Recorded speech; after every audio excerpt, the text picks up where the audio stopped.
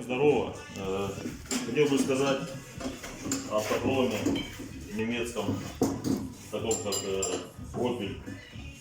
Есть такая тема, там раз в полгода, либо раз в год начинает греметь передок, весь такое ощущение, кто-то, блядь, положил ведро картошки, блядь, и сидит у вас под капотом и гремит, блядь.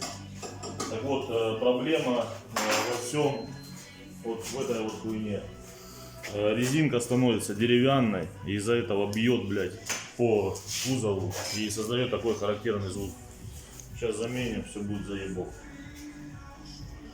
Все.